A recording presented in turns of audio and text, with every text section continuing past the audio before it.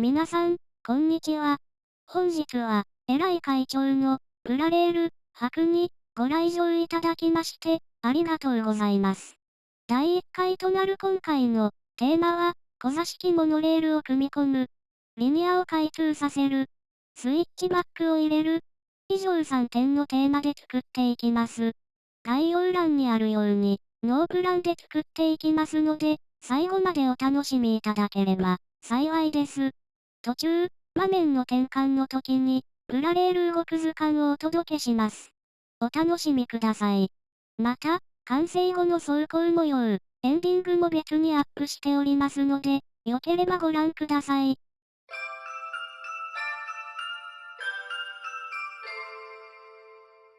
まずは、モノレールを作っていきます。プラレールのモノレールは、従来のレールを縦にして、使うという非常にユニークなものです。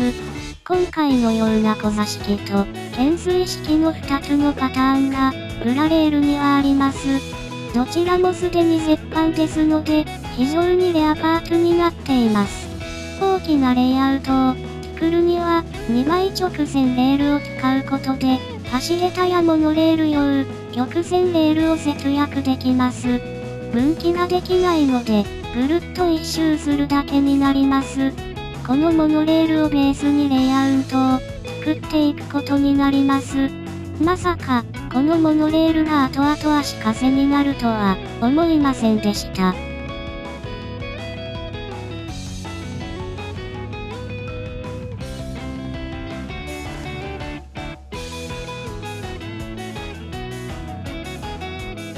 次に、中央の駅、新幹線のホームと、リニアの駅を作っていきます。今回、購入したリニア、L0K は、速度、チェンジレールが、付属しており、駅前で低速にして、入線させることができるという、ワクワク感がたまらないものです。これに合わせて、ホームドアステーションも導入しました。実際のリニアも地下駅になるということですので、そのイメージで導入していきます。新幹線は高架ですので、駅も高架にします。駅の手前でポイントレールを入れるのは基本ですね。駅構内のレールの線形は重要です。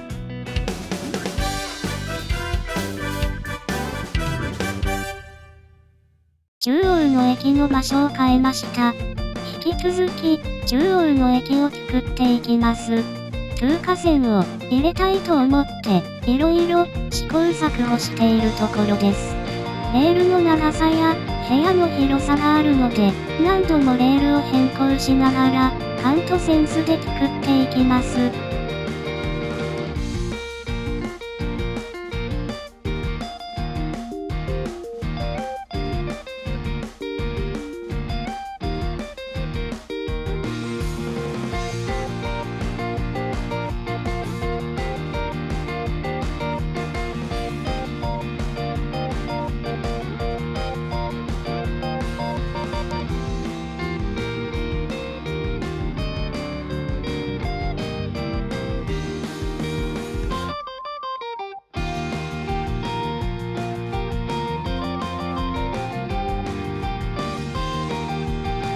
駅の形が決まったので、リニアの路線部分を作っていきます。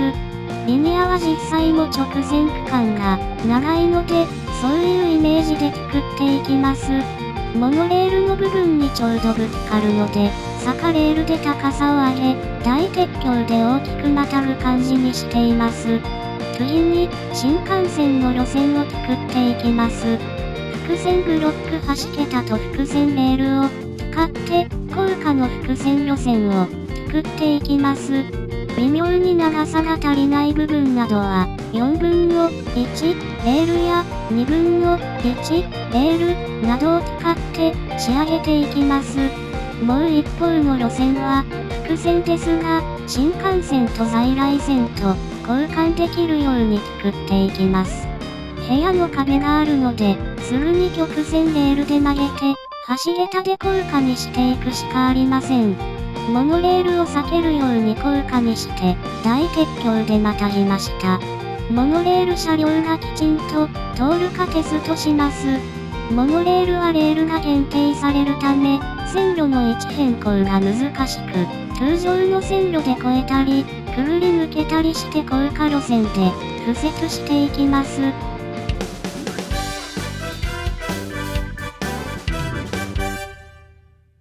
高架駅部分ができたので、地上駅部分を作ります。車両基地を導入します。リニアは品川駅が起点とされています。品川駅といえば、田町車両基地が近くにありますので、その田町車両基地をイメージして、大きな列車メンテナンスステーションを設置します。山手線と京浜東北線をイメージしながら駅構内を作っていきます。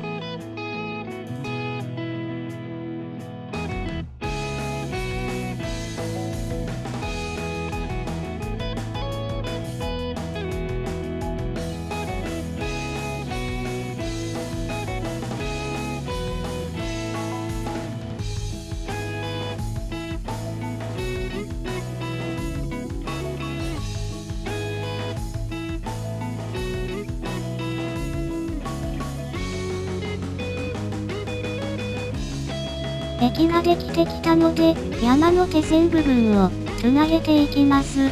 山手線から田町車両基地に行けるようにつなげていきます。ぐるっと一周し、中央の駅に戻ってきます。いろんな長さのレールを組み合わせて試行錯誤しています。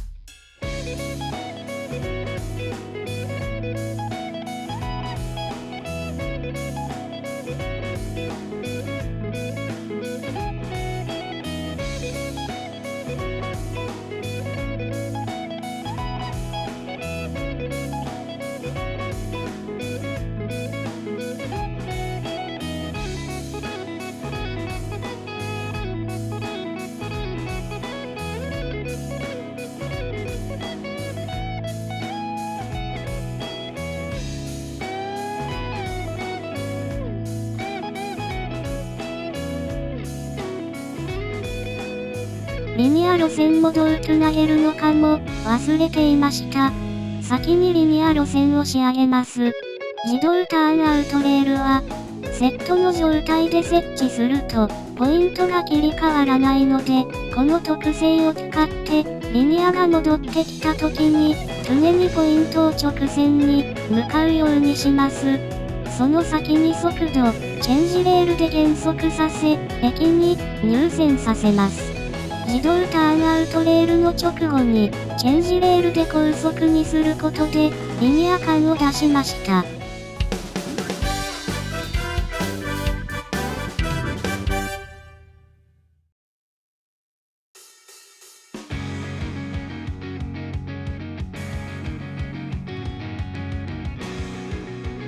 次に高架の路線と地上の路線を交換する路線を接続していきます。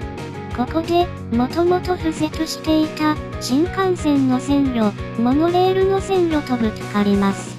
地上駅の位置を変えてみたり、ブロック橋桁をうまく使ってみたり、橋桁の下や間にうまく敷設していきます。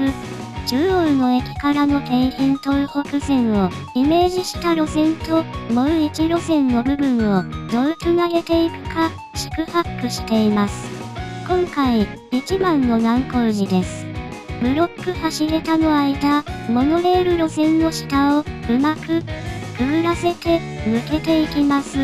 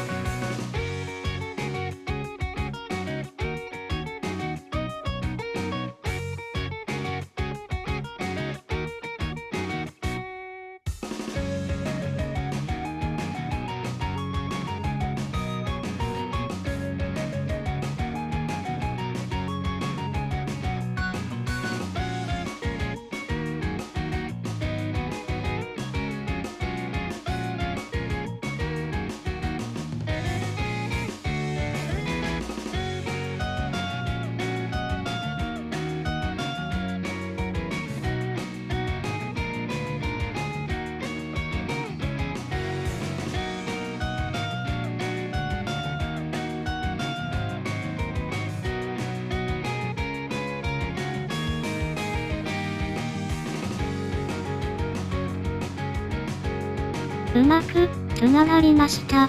その先に森林の駅を設置します。この路線は貨物路線になります。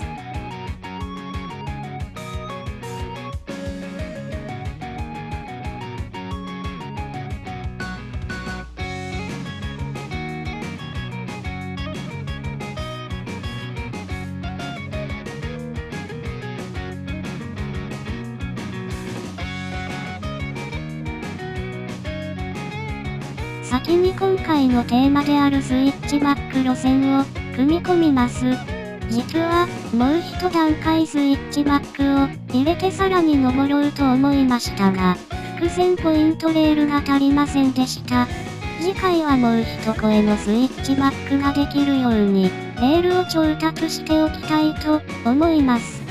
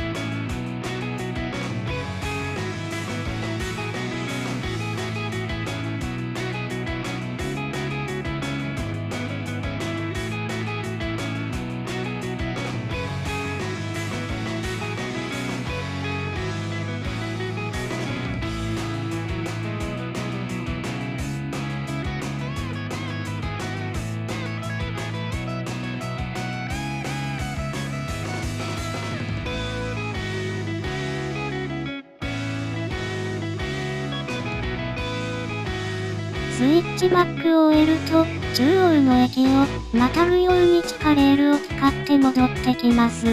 この貨物路線、森林の駅に戻ってこないといけませんので、先ほどの南光寺だった部分にさらに、一本線路を入れていきます。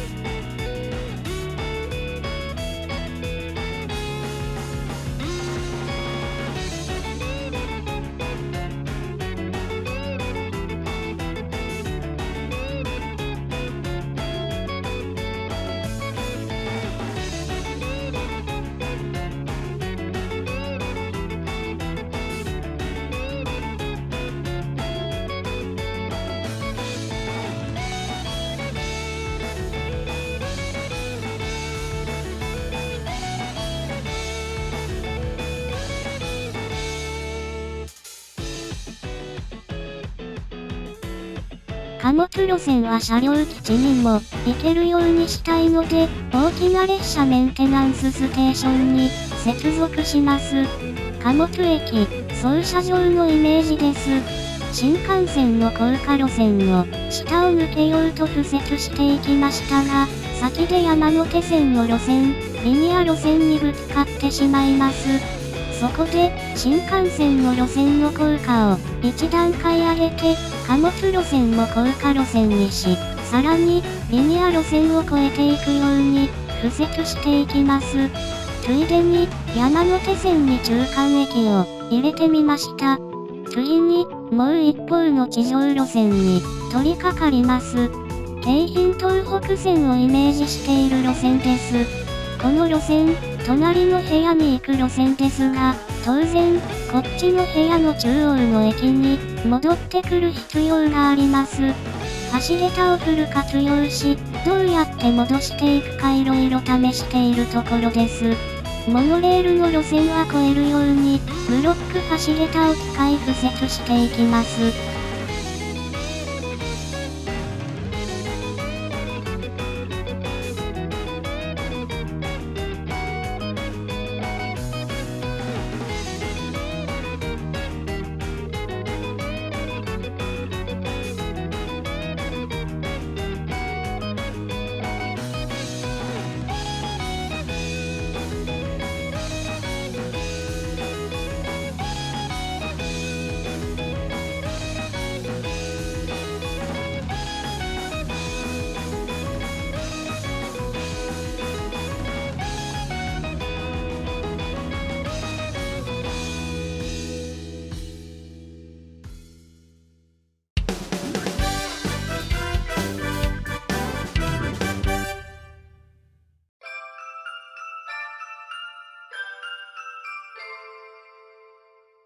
プラレール作成2日目です。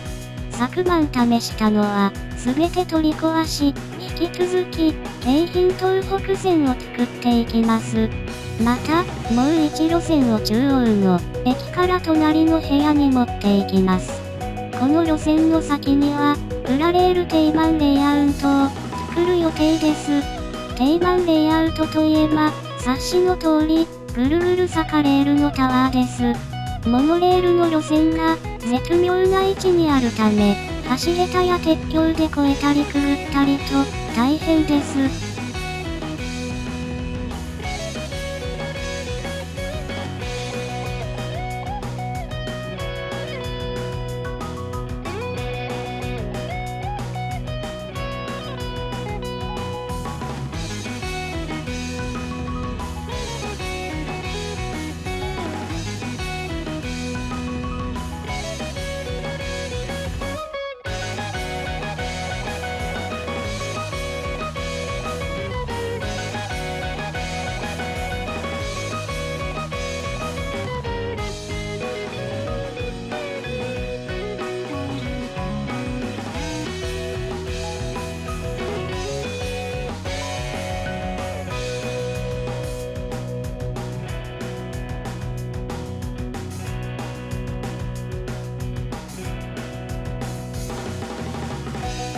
そろそろ隣の部屋の敷設に取り掛かるため、放置しているレールなどを片付けます。坂レールと大鉄橋をうまく使ってモノレール路線と部屋の段差を越えていきます。